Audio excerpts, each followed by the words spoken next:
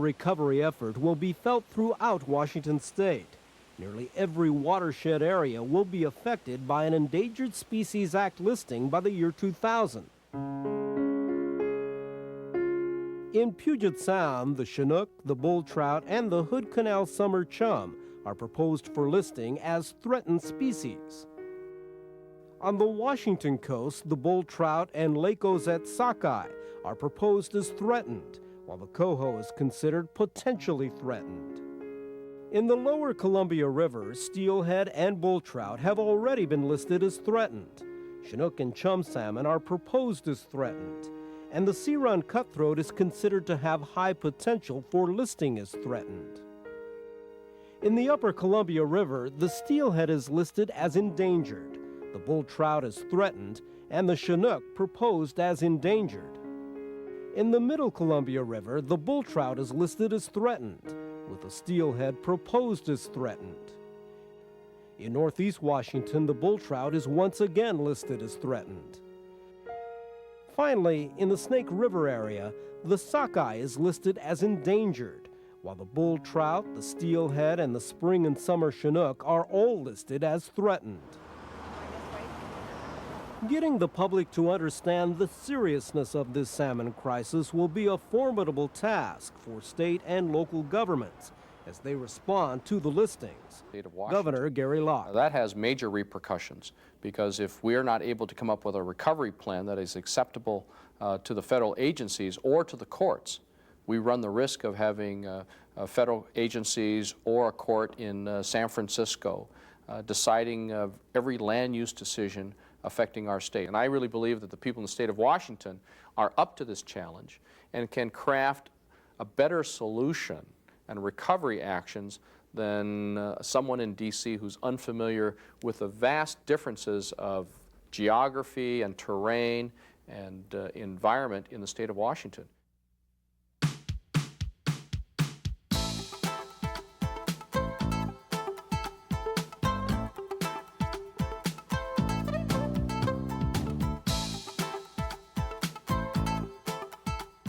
In the Puget Sound region, the proposed Endangered Species Act listing of the Chinook salmon poses a tremendous challenge. Chinook was proposed because the stock is depressed, it is threatened by a number of factors. This is the first time in the United States that a major urban area has been faced with a potential ESA listing. The law says that we have to look at the way we live and do business in the best interest of the fish. And so far, we have looked in the best interest of our need for housing, our need for transportation capacity, our need for economic capacity. What adds to the challenge is the number of people here. 64% of the state's population lives in the Puget Sound area. That's 3.5 million people, with another 1.5 million expected by the year 2020. This should be a wake-up call to us, that we need to find a way to grow with grace, to accommodate the needs of the next generation.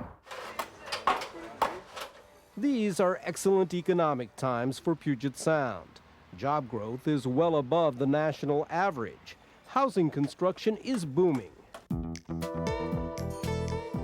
From the air, you can see the extent of housing development and urban sprawl. You also see its proximity to rivers and streams. While growth has been good for the Puget Sound economy, it's been bad for the Chinook, also known as the king, the largest of the salmon species. We're building right up to the banks of rivers and streams and taking away the shade trees that the salmon need. We're having lawns that go right down to the edge of water, and fertilizers and runoff of chemicals flow into the rivers and streams and degrade the habitat. It is a water quality issue. Right now, 56 bodies of water in King County and Pierce County, Snohomish County do not meet the Clean Water Act requirements of the Department of Ecology. So we've had a significant compromise of our water quality. And one of the challenges that we face is being able to balance our economic capacity and growth, our housing capacity and growth, with trying to make some strategic decisions on how to recover enough habitat and how to improve our water quality in a manner that will allow these species of salmonids to avoid extinction.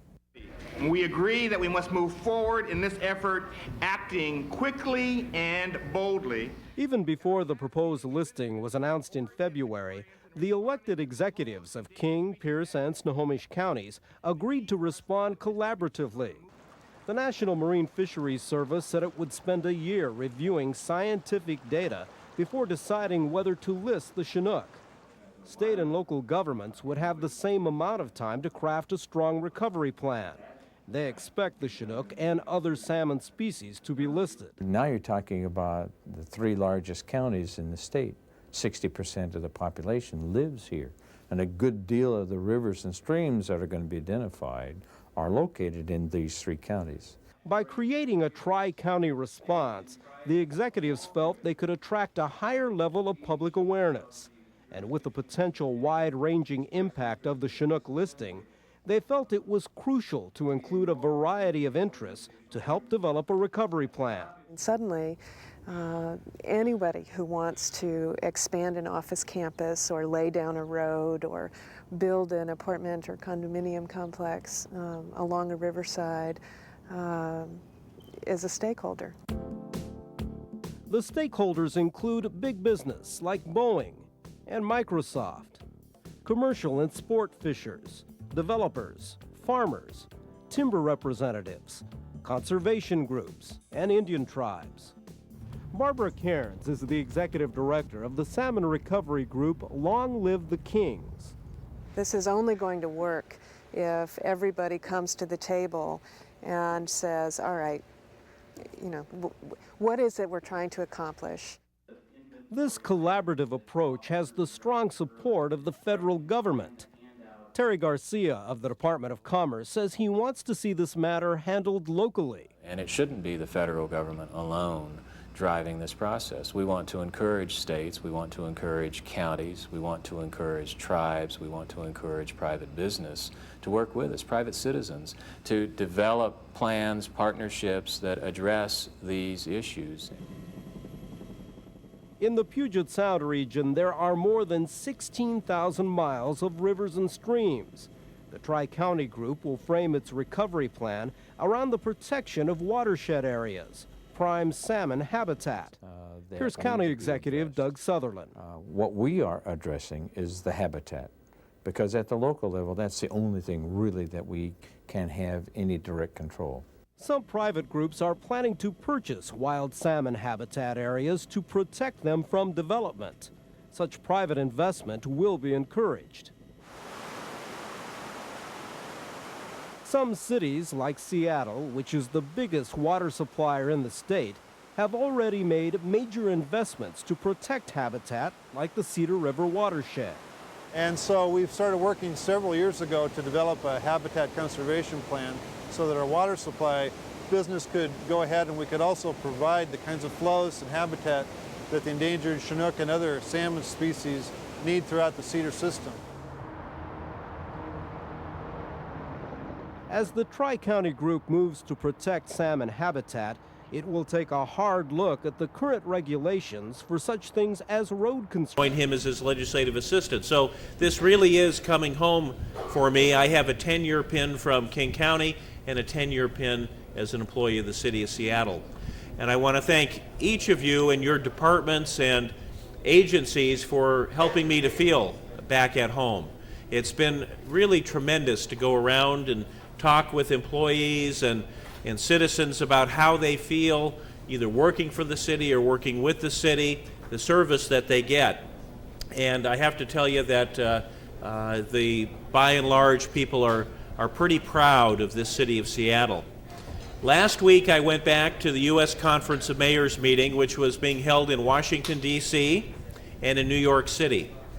And Mayor Rice, former Mayor Rice, told me that when I went back there to look around and talk with the other mayors, and that when I came back, I would not be jealous of any one of those mayors, that there wouldn't be a single one with whom I would trade jobs. And I have to tell you that that is absolutely true. We have a wonderful place here, and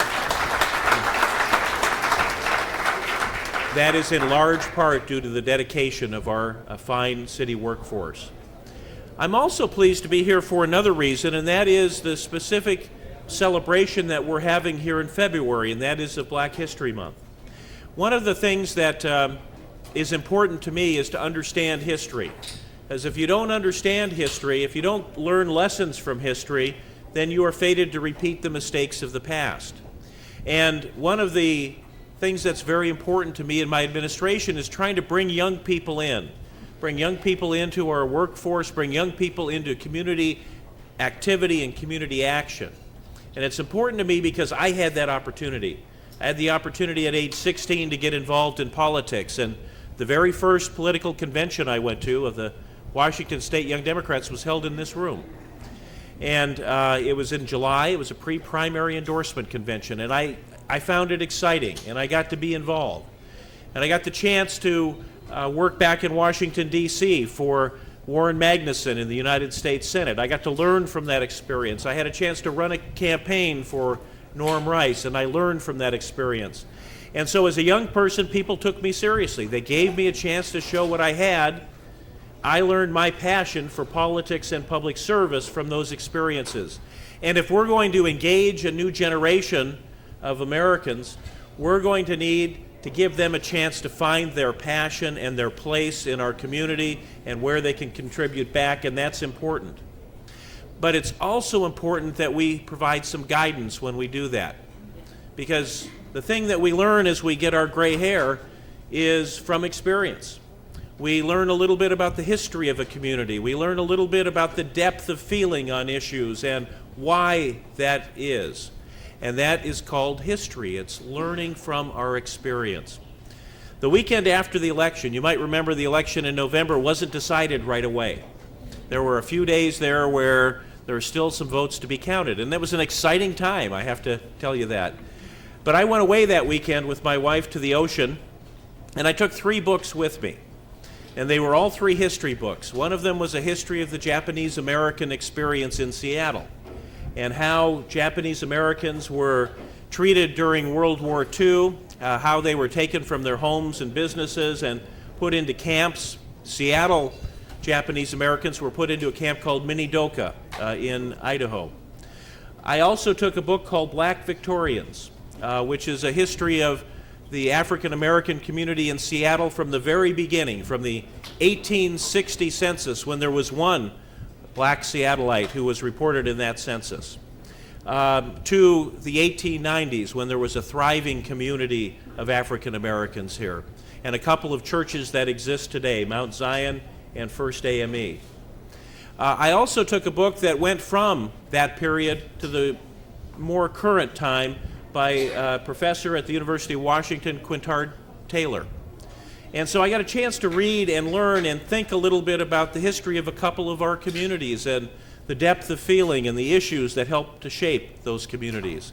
And in February, we have an opportunity to reflect on the African American experience in America and in Seattle in particular. And I think that's an opportunity we need to celebrate every year and expand upon every year. I'm very pleased that the theme this year is patriotism, because it's been an interesting experience. As I said, my first political convention was in this room in 1972.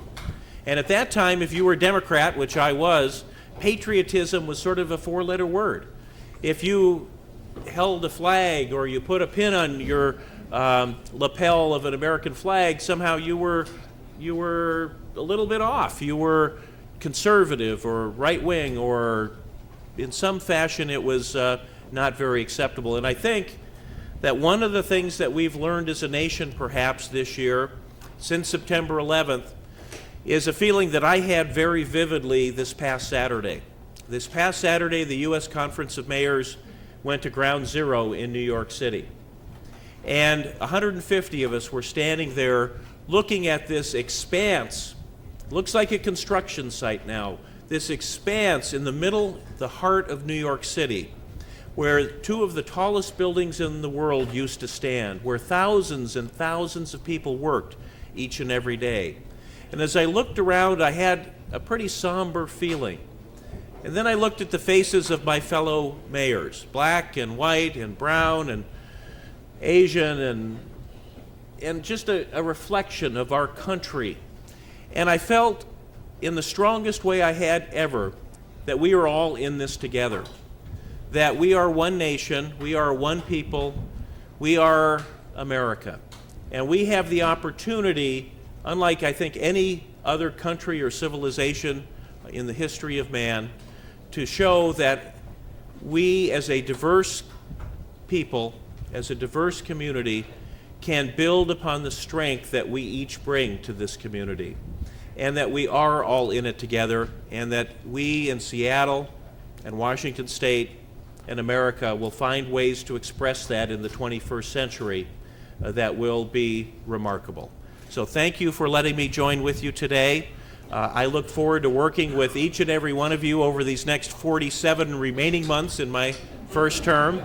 And I want to tell you how grateful I am of the welcoming atmosphere that I have run into everywhere I've gone. Thank you.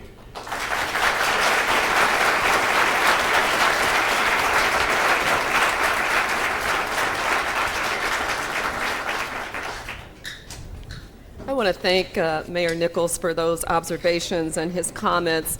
Your leadership is quite wonderful, and we appreciate very much hearing from you and your presence here this afternoon. As we move on to our agenda, we are getting to our keynote speaker, Mr. Carl Mack, and I, for one, am looking very forward to being able to hear his remarks. It brings to mind one of my earliest observations of him, which was actually just last year at the Blacks in Government dinner, where Reverend Leslie Braxton was the keynote speaker. Mr. Mack was the MC and did a very distinguished job of being able to pull that agenda together and help the program flow. I was very impressed by his many talents and his many observations. And the message for that day was one that he made a very poignant point of.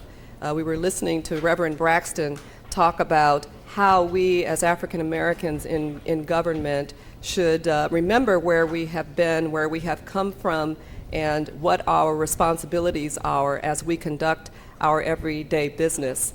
And the theme, the title of that address was Don't Bow. And I listened to the cassette recording of that frequently. It kind of helps to inspire and motivate me in terms of the leadership that I need to show for this community and the work that we need to do collectively. And part of what is also important to me about that particular recording is hearing Carl Mack's voice and the work that he did in helping to promote that particular agenda. It was really quite beautiful. So you will see the biography for Mr. Mack on the back of the program that each of you should have in front of you. In addition to being the vice president of the Seattle branch of the NAACP, Carl is also someone who has benefited city government and the county government very directly, in that he is an engineer with Metro King County. So we're looking very forward to his message this afternoon on the subject of patriotism, and brings to mind one of the other quotes that I found as I did my research recently, and it is one from Charles H. King Jr. in 1983, who said, "We are a people determined to make it, not in spite of our blackness, but because of it. Historians will record it, social scientists will be astounded by it, and civilizations will be magnified by it." Our next feature of our agenda will be a presentation of Strange Fruit, a song that Billie Holiday made famous and who will be performed by our very own Makini. And after Makini has performed Strange Fruit, the next voice you will hear will be that of the distinguished Mr. Carl Mack. Thank you.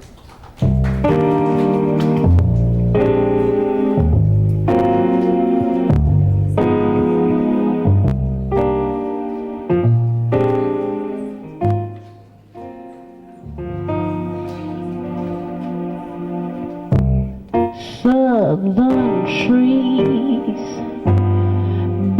a strange fruit, blood on the leaves and blood at the root,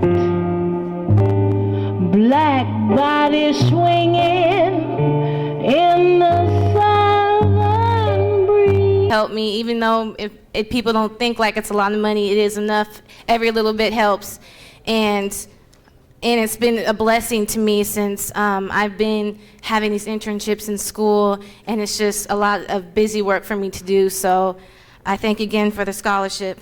And I have a poem that I wrote. It's a short poem I want to read to do with the theme today. It's called The Eyes.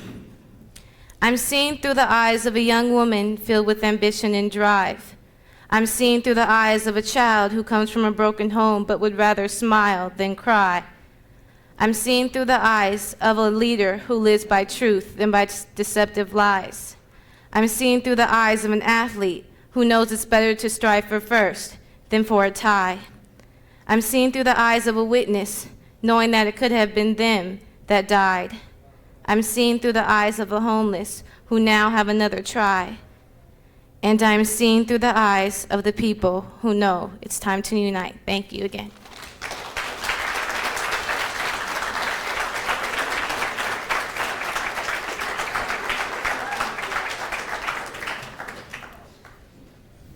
Thank you so much for sharing with us your poem. It was beautiful, and congratulations to you on winning the scholarship, and congratulations to the City Light Black Employees Association. So often one of our flaws as a society is that our young people are invisible to us, and I think that the way that we help to perpetuate our legacy is to make them visible and to give them the tools that they need. And I think that Clevia has been a good example to all of us in ways to begin to accomplish that. So congratulations for that. We're wrapping up to a close, and I just want to thank all of you for having been here and joined us for this kickoff event celebrating Black History Month. I hope you enjoyed the message of Karl Mack as much as I did. I learned a lot from him. Thank you so much. And I want to also express appreciation to the City Black Employees Committee, who is putting together this month's worth of activities. I hope that you have a chance to pick up one of the flyers about the many upcoming events. I just want to mention the next two. There's one on February 5th that will be in the Key Tower, room 3960. The subject is Civil Liberties, February 5th. And that will be facilitated by our very own Don Mason, seated at the front here. Thank you, Don. Also on February 6th, there will be a forum on civil rights, and that will be in this room, the Dome Room, and that will be facilitated by Jermaine Covington, Office for Civil Rights Director, who was in fact here earlier and had to leave. So I hope that each of you will make an effort to get out here for those particular events. And then last but not least, I wanted to be sure to recognize the members of the Planning Committee who are here today, and in particular, Preston Hampton and Owen Scott. Thank you all for your outstanding work in pulling this together as well as the other events. Charles Oliver, I have Charles, okay. Not only was City Light, but it was SPU and other departments. Thank you very much for pointing that out. We have appreciated all of the city employees who have participated in organizing all of these events. It's been very important, and I'm sorry if my emphasis on that earlier wasn't as clear as it should have been, because indeed it has been a collection of people from many departments who've worked hard to make these activities and events happen.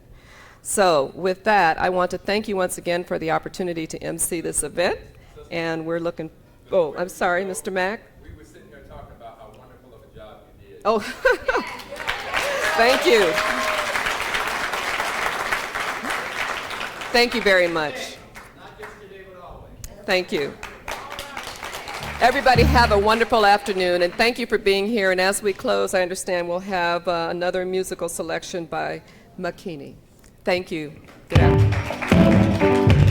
Thank you so much. having me here. I'd like to give a special thanks to Ms. Owen Scott, Mr. Carl Mack, to Aaliyah, Elzina, and Arkila. This song is for all the sisters in the house. A little something from Color Purple.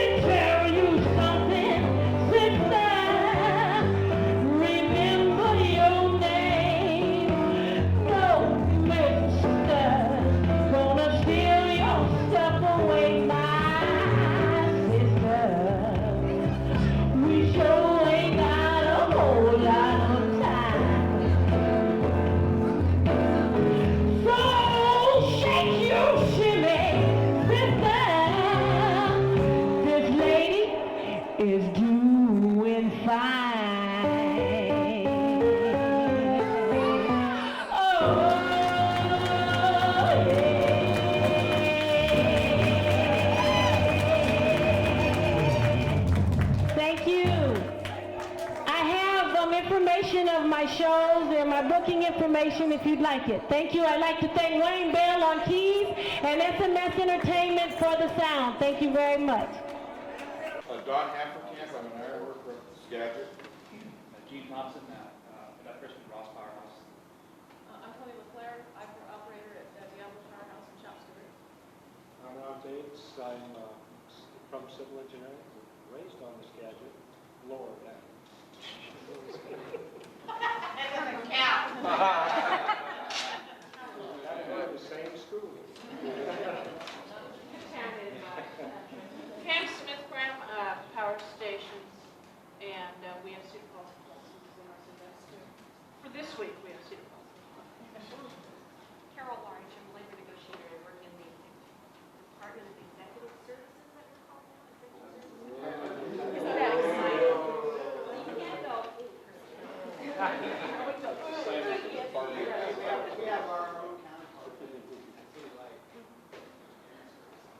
Woody Sardi, Lord's Firehouse instructor, shop steward, and all around professional. Larry Gunn, Suzanne Swanson, Placer County. Police Battle Cook Liaison, Skagit. Dick Dubuque, Budget Office. Will Hardy, Labor Relations, Manager of Veterans Affairs. Lonnie Johnson, Supervisor, Lord's Power. Michael Bruno, Skagit Mechanical. Paul Month,